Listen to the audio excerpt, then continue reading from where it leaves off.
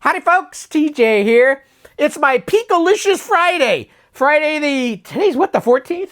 I don't have a calendar up here. I think it's the 14th November, something like that. Today has been actually a day of lots of things I've been having to do, but one of them was to somewhat reset up. I've got a lot of computers. I've got a work computer that's a Linux Ubuntu machine. I've got a Mac Pro 2013, multiple, but the one here behind me is becoming my Pico-8 Workstation. And then I have the Power Mac 2019 over here, which does all my video work for my YouTube channel or anything that wants to do higher end graphic needs. And then I've got Amiga next gen computers, all sorts of things. But I wanted to reconnect things up to use different monitors because it was getting a little confusing, and it still kind of is a little confusing.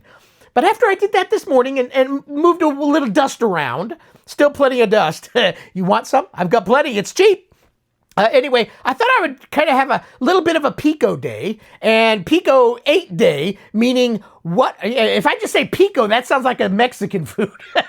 Would you like some Pico? Yes, please. Pico-8 day. And that's from just playing, from coding, from setting up and working on my own game. So I thought today I would do kind of a game update for my game that I'm working on, Pico-8 versus the Cloud People, show you what I've added to the game, and I'll actually do a breakout video after I stop chatting with you one-on-one to show you an actual screen grab and chat about what it is I've done. The two things I did was added up a blowing up routine, because we want to blow up if the nasties touch us, and also a status bar that lets you know your life. So rather than do hearts, this is a spaceship. So I wanted to do a status bar that went from yellow, yellow, yellow, yellow, red, red, boom, and you blow up. You get one life in my game, but you get a status bar that you can manipulate by collecting things in the future. What those things are, I don't know yet. It's very early stages of the game, but you'll be able to collect something at some point to add a few back. So when your spaceship, which is Cellustorm, touches a red acid raindrop, you lose a few points and lose a little of those bars. And the longer you hover on one, the more points you lose. So you better move on quick, otherwise you blow up very quick. And so I added that. So a status bar and then a blow up routine. The blow up routine is it seems like a lot of people use the same particle explosion routine or the same similar math to it, but I looked at a couple, 2, 3, 4 people blowing up stuff and looking at their code and saying, yeah, that makes sense. No, that doesn't make sense. And none of the math makes sense to me. How you're I could kind of say, yeah, if you do this and do a random loop and add a whole bunch of circles, and those circles are different colors, it looks like an explosion. That makes sense. But how to clean up the explosions and deleting them after they explode up, there's a lot of math in that, and I don't, and will never understand it because I don't like math. But I looked at it, I tried to tweak it, add it, and then maneuver it and move it into my own game. The error that I have done in the past is I save a lot. And when you save a lot on your video game, which is good, but then you make a new fresh copy of that last save state and you start adding to it. The problem is when you start adding to it, you can quickly, easily change something that you didn't mean to change, and then now you broke something, and because you're goofing around, you're playing around, trying to work in a new routine, and that new routine may not be quite right yet. So I found that maybe it's better for me to make a new program, a mini program, if you will, that does very minimal things, but I want to work on explosions. So I made a new little thing that moved a box, and after 30 seconds, the box blew up.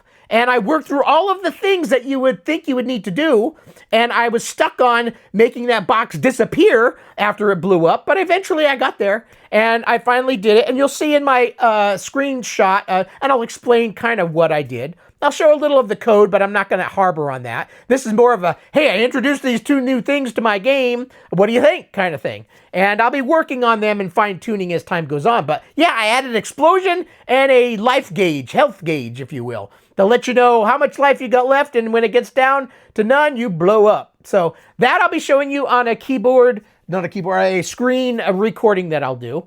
And then we'll also I'm going to take the camera off, and we're going to show you, I'll turn the lighting back on in the room, show you my current workstation setup. I'm pretty excited to be programming again, coding again. It's been a while since I've done it.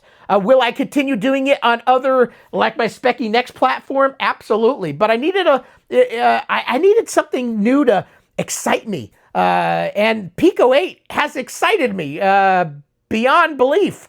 I've only owned it for 10, 11 days when I purchased it, and I've already got this far in making a video game. So I'm proud of it, even though it's probably very minimal in terms of people pro go, I can knock that out in 30 seconds. Well, not me. It takes me a while. But I'm doing fun things, and I'm learning as I go. And I thought I would show you my bitchin' ass setup, at least I consider it bitchin' ass, workstation. So let me turn off this lighting here. This is a little accent light that kind of makes me pop when I'm sitting over here in the corner. But we're going to turn on this light, and we're going to take the camera off and move it over. So this is my main workstation area. So that's I call it Linux. It's a Linux main gear 2014 main gear shift. I still got it, and it's 10 years old, and I do all my work stuff on it. I keep it separate from my personal life, and most everything I do is work related on the main gear. And yeah, it's got a lot of dust. And then I've got my 10 core. I've got a 12 core, but my 12 core video cards are having an issue. It's got the D700 dual video cards in my other model, and those are common for failure, and mine did fail. So this one's a 10 core with dual D500 video cards, and so far it's surviving. It's doing good. And so I've now, happy to say, I've given it a new life. After I got this beast in this last Thanksgiving, I started using, oh, I hit the camera, this one a lot less. So I'm happy to say I've now been using it every day for the last 11, 12 days or more, because I've been tinkering. And so it's going to become my new Pico workstation. I've got dual displays connected to it. That's an Apple Thunderbolt-based display, 27 inches, I think. And what I do is I leave up on it the big cheat sheet, so I can quickly look over and look at it, or I can minimize it and check emails, check my IRC channels I'm on, do other things over on here that are more personal related. And then I've got your typical little swag and silly things around here. My Mac Pro, by the way, and it's kind of dark in this corner, but I have connected to it an eGPU made by Blackmagic. And that gives it a RX 580 based video card for much better video rendering and exporting. And so those two together back in 2013 would have probably been about $15,000. Now you can pick up these for a couple $100 for a real nice clean one.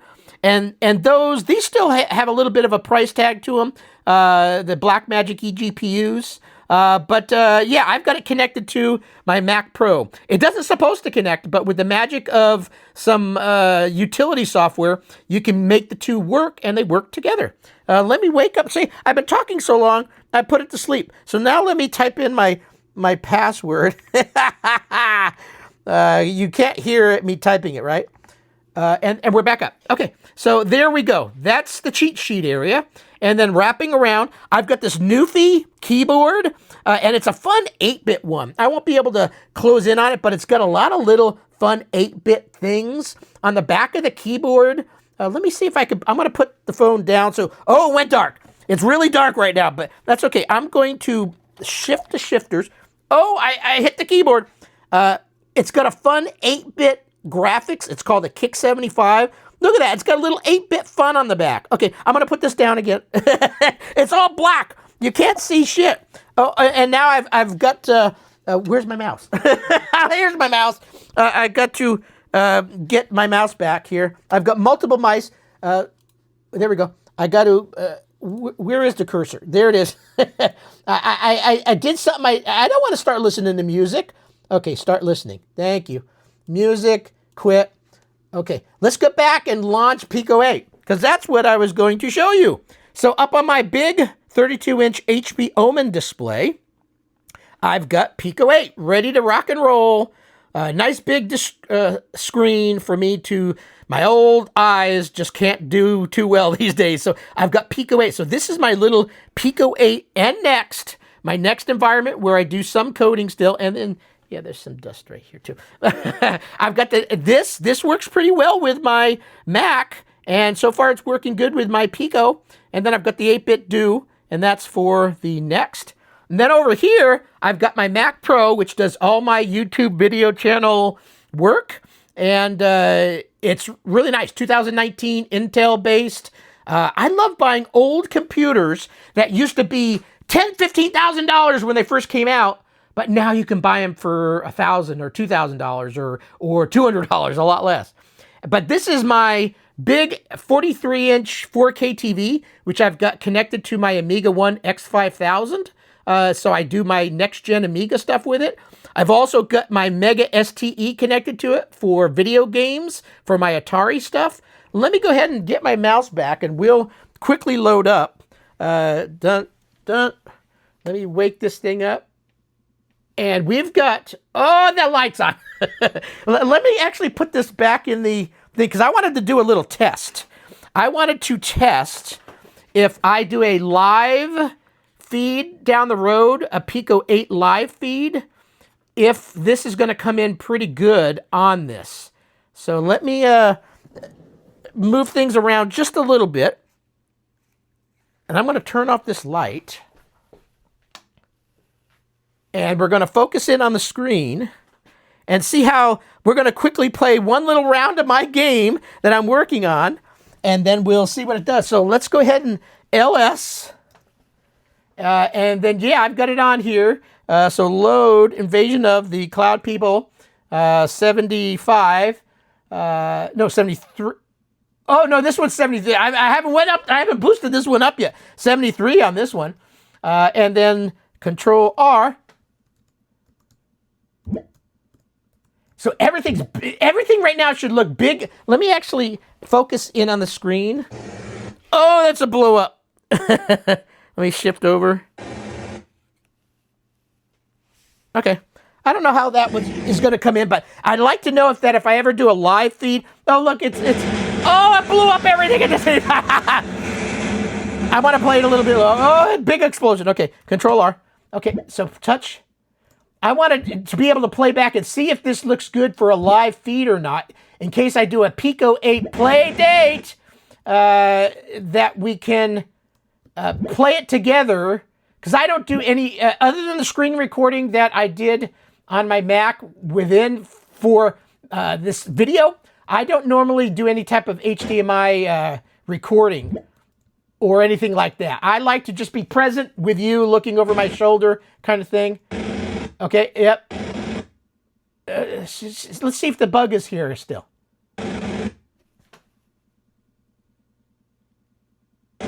Yeah, that's a bug. So right now, it is not counting down. I'm surviving forever. So if I'm midway, my counter's not, and my health is not deteriorating. So I need to look into that. See, isn't it nice to find errors right when you're doing stuff? But we're going to change the dynamics right now. Will it do it now? Nope. So it took some moving around to get it. That's interesting. I'm going to have to go and see where I went wrong. Apparently I did. So we're going to let's wrap up this video. So I'm going to cut right here and add all the other stuff that I talked about earlier. And then we're going to go ahead and now, different frame. Okay, we're going to go ahead and check out what I've done since my last video in terms of adding stuff to my game, Pico-8 versus the Cloud People, up to IOTCP 75, I think. Yeah, I am. So let's go ahead and load it, and I'll show you what I've done, and I'll chat about it. So load IOTCP 75. And we're going to run it. Let me get my joystick ready, actually, here. I didn't have my Xbox joystick turned on. There we go. Joystick connected. It flips up that little bottom thing just to let you know it's there. Control R. And you'll notice down here at the bottom, there's now a progress bar that's in yellow. And that progress bar is actually a status bar on how much life you've got left. It's full right now, but when you get touched by nasties, or you touch these acid raindrops, or in the future things shoot you, whatever it is, you've got a single life in my game, and you need to keep watch of your health. There will be power-ups probably along the way, depending on how many levels I make the game, but let's go ahead and at least get a point. I'm at 0, so notice my...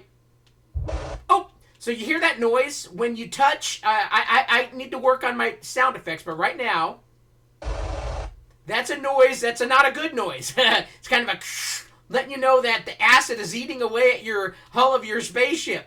And you can see the yellow is dropping. And it's yellow right now, and when you drop it down below 30%, it gets red. Kind of giving you, oh, you're about to die, sucker. Now let's go ahead and... I had to work in my blow-up routine, and I really, it's particle explosion, which is a pretty common thing that folks on the platform do. So I looked at code and tried to work it into my own. I had a hard time, but eventually I got it figured out for my game, and let's blow up.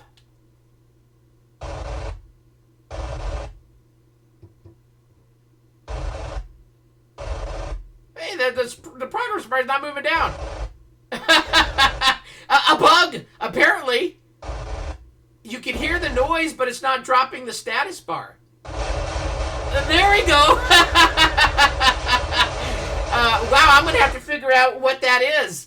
So as you probably know, and I mentioned that I'm detecting by color. It was obviously detecting it, but it wasn't changing my counter. So I'm going to have to go back and look at that counter and see why it didn't drop. So let's go ahead and run it again. What do you think of that explosion? I really wanted to let you know that it blew up. Let's go ahead and run it again.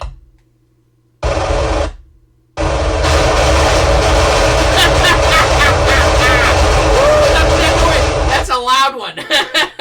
I turned up the volume a little bit. So now I've basically got built in, start the game, you touch things, you lose health, and then you blow up, and that's game over. How we increase your health down the road, all those things are to be seen. I'm at the very, very early stages of the game, but we can collect points, and like I said before, what we're going to do is probably at a certain point level, and I'm going to add more of these nasty raindrops, and I think in level 1, I'm not quite sure. I like to make level 1 kind of somewhat of a give me, and that way you don't get tired. Because I'll start up a game, if I die like within 2 seconds, I'm not excited.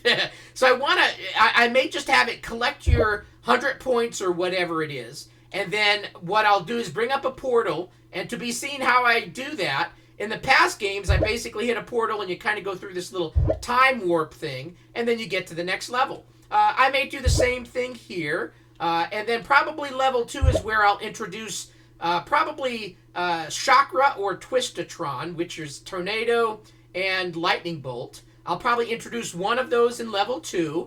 Level 3, both of them working on you at the same time.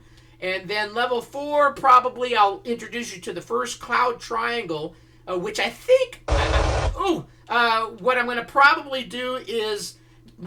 you're going to hit a portal, but the portal is going to take you out of your spaceship and may introduce Pico-8 for the first time on him walking around some little maze or something to get something to take on his journey. And then level 5, and I'm going to call them cloud layers like I did in my past games. So instead of level 1, level 2, and so on, you're going to go to Cumulus, Cloud Level, Stratos, and so on. And I name them after actual cloud things. And then I think I'm going to probably make this a 10-level game.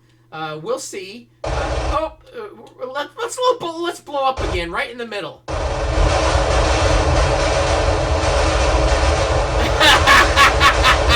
So that's what I introduced in a number of things that I fixed bug-wise and stuff like that in my game. But basically, this explosion when you die, and I used a particle explosion routine that I saw others using, and then the status bar down at the bottom that lets you know your life. I could do hearts, but this is not a silly, fun little game where hearts made sense. I just wanted to show you a status bar, and the status bar basically will start out at yellow and go down to red, and then boom, you blow up. So let's actually go show some other tips that I wanted to show you. So let me go ahead and reboot. So trying to code this type of thing right in your last game save is not a bright idea. I kind of was doing that, and then I found that if I mistyped, I was starting to screw up.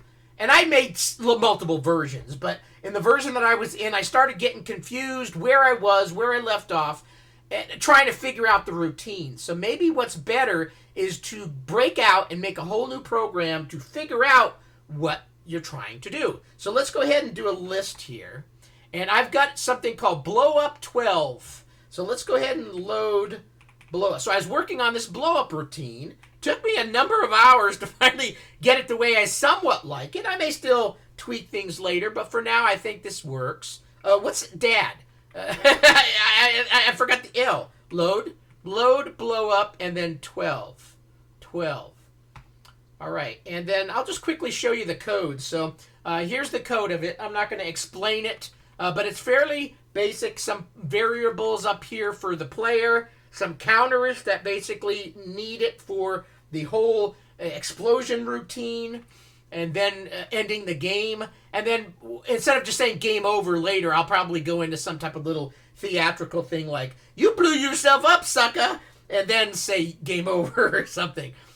Here's the button control that lets you move this thing around. Here's the particle explosion, and basically this is math. And I read a number of people's and looked at their code. This one, I'm trying to remember, was it something cat, something Mr. Cat, Space Cat? I think this might have been mostly his code, but in his video that he did, it didn't have some of the stuff to the right of the screen. You know how you only got so many columns over? So I had to kind of guess on some things, but I ended up eventually guessing right. And then I started adding some of my own counters and my own player variables. But the math behind the particle explosion, I don't know if it's a common one that everybody uses the same one, because I've seen the same round things blowing up in multiple different developers' games. So I'm guessing it's a pretty common routine, and maybe they slightly tweak the math, like scale, instead of 2 random 5, they do 2 random 10 or something like that. And then I made my own sound effects, and then I started drawing stuff in, which is drawing in my character. Counters, which you'll see here in a second. I think it's a good idea to print out counters in your game, because you may say, is this doing what I think it should be doing, like a counter? At some point I was figuring out it wasn't counting down. So, okay, stick the print on the screen so I can see the counter, and then if it gets to 0 and my routine doesn't happen, something's wrong. So you'll quickly see that I added some counters to this as well. And let's just go ahead and run it. Run. This counter is to counter to death. He's going to blow up. I'm running. Boom! And now it's just going to keep counting, but he's disappeared. So in this little routine, I was unable to, the one before it, make my character disappear. So it would explode, but my character was still on the screen. You'll see now here that he does disappear after the explosion. Boom! And that explosion looks pretty good. Now, I used that same code mostly in my game, but it was going too fast. And it wasn't making that explosion right. So I ended up tweaking the numbers, and now the explosion is too long. So I may shorten the explosion, but it was, I think what I need to do is, I'm doing a stop routine at the end of that right now, and that's why my sound is cutting off where I don't like it to cut off. But I think if I had some type of delay after the explosion and then say, hey, you're dead, it would work better, and then I can shorten the explosion, if that makes sense. But let's go ahead and run it one more time. So he's there. He blows up. He's now gone. So that was one thing. So I broke out and made my own little program to represent that. And so I think it's a good idea to make little things outside of your main game to get a bearing on how does this work? How can I tweak it to work with my game? And then go into your game. And no matter how tightly you type things in, you're going to be troubleshooting, bug fixing the whole way. And for example, let's go ahead and show you some things that I wrote down. So do I have any of them in this routine? Let me look. Well, this one's a common one. So if you don't have after you create your init function and then the ending of that function. You know how you're supposed to type in function underscore init in parentheses, and then immediately type an end, because you need to end those functions. You need to end if statements. And no matter how well I tried to do that, I always leave some out. And when you leave some out, you get, let me cut this one out and do a run. You get that error. Unclosed function at line 1. You're going to see that regardless. No matter how well you try to keep track of it, you're going to do that. So when you see this come up, and it tells you what line it is, it says unclosed function at line 1. Okay, look at it. Oh, shit, I forgot to put an end. So type in end, rerun it, and then the program runs, and we're going to watch it blow up one more time. Boom. Okay, enough of that. Let's see if this code has the other thing I want to talk about. It may not. I might have to load up my main game to show it. Yeah. Let me... It has it in here, but I blanked it out. So let me actually... We'll just do this one. Let's go ahead and load up my game. So let's... I like to reboot after I play something. I don't know why. I probably don't need to do that. I could probably just reset, which is fine. But anyway, so what am I going to do? Load IOTCP 75. And then let's look at the code. And let me find an instance. So, well, let me point out this one. So set up player position. So when the equal sign is a sign that's going to throw you off if you're not used to it. And even if you're used to it, it'll probably throw you off still. When you're using a single equal mark, I think they call these, I wrote it down,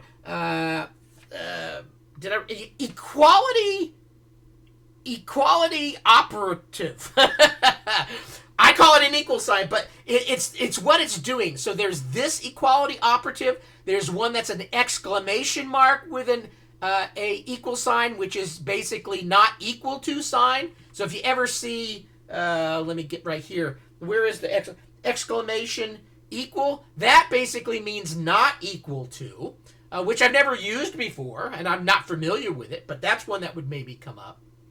But this equal, when you say a single one, means you are now assigning player underscore X, and you're making it 60. Okay, that makes sense. I always thought when you say something equals this, that's what you're doing. But I never used a double equal sign, and because it treats it differently, it's a comparative. You're not assigning. So in this one, you're assigning equals to something to 60.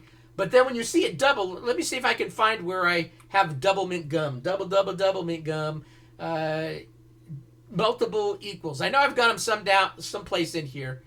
I just got to go find it. See, most instances you're going to just see if player X is greater than, or if you're assigning a number, you're doing the minus or plus equals to go up or down one increments. Those are all, I'm getting those. But when to add a double one, sometimes I forget and I just slap in equals and it lets me know it. So let me go find one and then see what error comes up.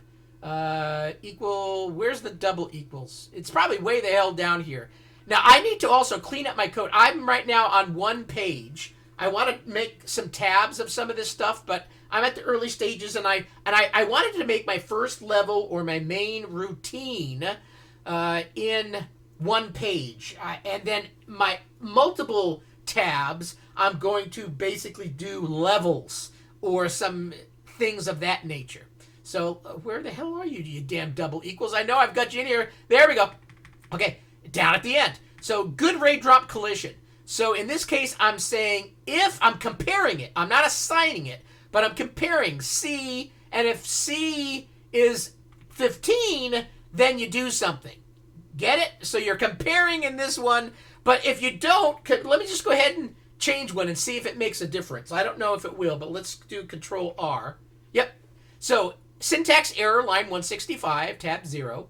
If C equals 15, and it gives the whole line, and it then tells you, then expected near equals. So I started keeping thinking, oh, am I forgetting a then? Am I forgetting a then? No, you're not forgetting a then. Well, if you're trying to do a variable, yes. But in this case, no, because I'm trying to compare the two. So that's something that's going to catch I think some new programmers, and I'm not really a guru, I'm not a big-time programmer, I've made very few games. So now it should work fine, and it does. And we're going to blow up. Oh yeah, boom. I think when I'm not using the cursor, it does less stuff. But when you move through it, boom. Oh yeah, I'll let you know you blew up. Okay, so I think, was that all I wanted to show you in this? And then I can go back to regular video.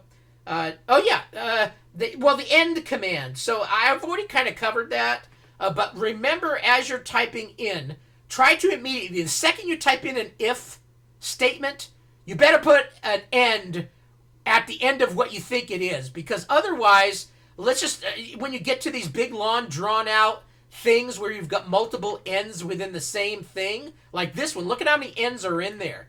And I try to keep them lined up with what they belong to. This one belongs to this area. I'm indenting, tabbing things over. But say I forgot this one. Let's see what the program does.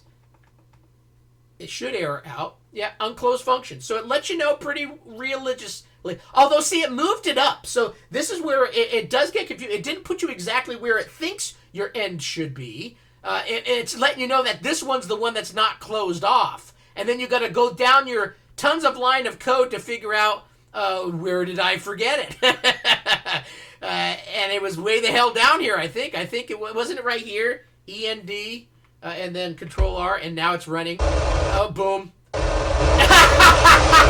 Thanks for watching the video. I told you I'd come back. So there we go. I want to see how this looks. So thanks for watching the video. If you're playing around with Pico-8, hopefully you're having as much fun as I am.